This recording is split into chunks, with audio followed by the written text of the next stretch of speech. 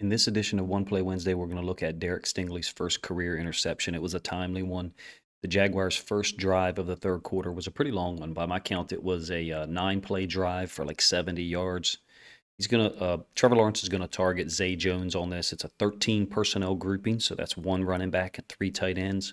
Stingley is kind of absolved of man coverage. You'll see that as it plays out, and it's just another example of how versatile he is. You're talking about a guy who, through 5 weeks, I believe he has 30 overall tackles, not 30 solo, but 30 overall tackles. Now has an interception, had a sack, I believe, in week 3, has 5 passes defensed. In each game, he's played at least 87% of defensive snaps or more. Challenged greatly against the Broncos. Let's admit it. I mean, the Broncos challenged him. He had 8 tackles in that game, 8 overall, not 8 solo. Cortland Sutton attacked him. Derek Stingley, I think it forced him to be better. And the guy's got elite talent, if you ask me. This is going to be a 2nd and 1. The Jaguars are driving. They're on the Texans' 7-yard line, and they line up in 13 personnel. Let's get into the film and show you what Derek Stingley does, with a nod to Jalen Petre as well. So as we run this through one time, that's Derek Stingley. The bottom side of the screen, it's a 13 personnel grouping under center. I call this a cheat play. Now, some people don't like it. It is called a cheat play. What it means is the running back and the quarterback both go to the same side. So it's kind of an overload. You're going to get the backside receiver, which is Zay Jones, running that route. That's going to be the targeted route. Pay attention to Derek Stingley one more time. Off the flow, he's stepping up like, okay, is the running back getting the ball? You had all these guys going the opposite direction. All they're doing is they're just trying to pull these defenders horizontally that way. They're looking for poor eye discipline from like a safety or a linebacker, and then essentially running a flood, to the short side of the field with 3 receivers. So the running back out here, this is a tight end, that's Zay Jones from the backside, and Derek Stingley wasn't fooled by it. Wasn't fooled at all. You're going to see him turn mid-play and match up. That's one of the things about elite players, is like their ability to, Ahmad Gardner's another one as a rookie DB, their ability to adjust mid-play and understand before he turns his head. All right, so before Derek Stingley's looking here now, what's he see? Well, he sees the quarterback with the ball. He sees the running back covered. I think he also sees this pursuing defender and understands that Trevor Lawrence isn't going to be able to beat that guy to the end zone. So because of that, he becomes a +1 defender. If you just do the math, 1, 2, 3, 4 Jaguars, okay, outside the hash down here. Everybody else for both teams is taken away by that flow. 1, 2, 3, 4 defenders for Houston. And then, like I said, Stingley becomes that +1 defender. Does he think +1 in the middle of the play? No, but he has some awareness of the numbers and the fact that there's a player to defend the quarterback run.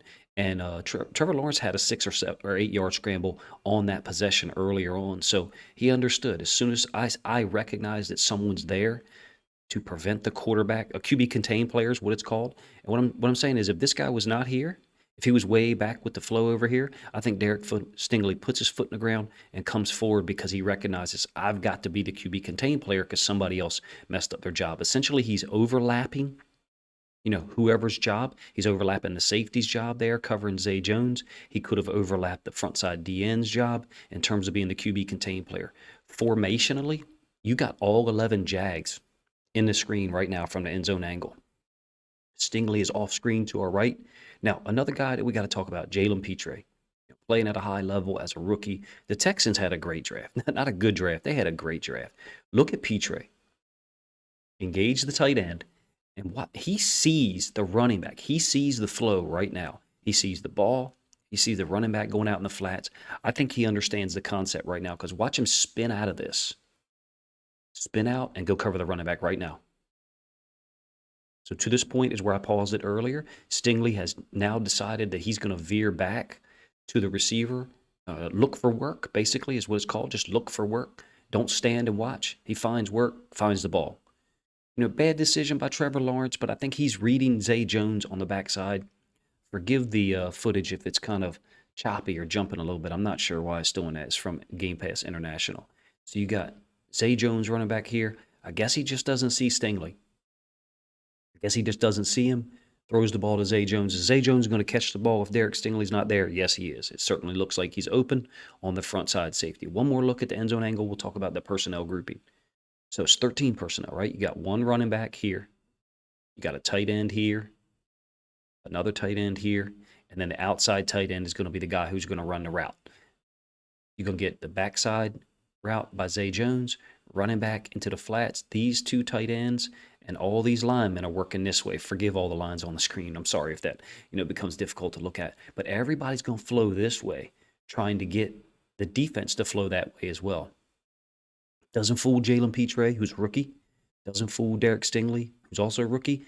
And then the outside tight end is covered by this front side inside linebacker. If you ask me, the Texans defense is well schooled. I know that I've had a lot of content on the Jaguars defense, and I think they're really talented, and I think they've got a great future with all the young pieces they've got there. If you ask me, them and the Texans are going to be some insane battles, as the years go on, just because of the talent that's been assembled there. I'm not sure when they play each other again this year. If they play each other during a time when the Ravens are not playing, I would love to watch the game and do a reaction video. If you're a Texans fan or a Jaguars fan, let me know in the comment section when they play again, which week it is, what time it's set for. If it's a time when the Ravens play in prime time, then maybe I could pull it off. Two unique groups on defense, if you ask me. Derek Stingley, Jalen Petre. Over on the other side, the Jags, Devin Lloyd, Trayvon Walker. Foye Oluokun's not a rookie, but he's one of my favorite new players as an inside linebacker. They got Josh Allen, Arden Key, just so many pieces that are interesting guys to me. I thought this play showed you not just the physical attributes of Derek Stingley, because you physically have to be able to turn your hips. And he's got premier athletic ability to be able to recognize mid-play. Okay, someone's got Trevor Lawrence on the QB contain. Jalen Petre has peeled off. He's got the running back. I know there's got to be a route developing behind me. That's awareness. But the physical ability to turn his hips that quickly, that abruptly, and stay smooth and have great body control. Premier athletic ability, the type of ability that he showed at LSU, especially in his freshman season.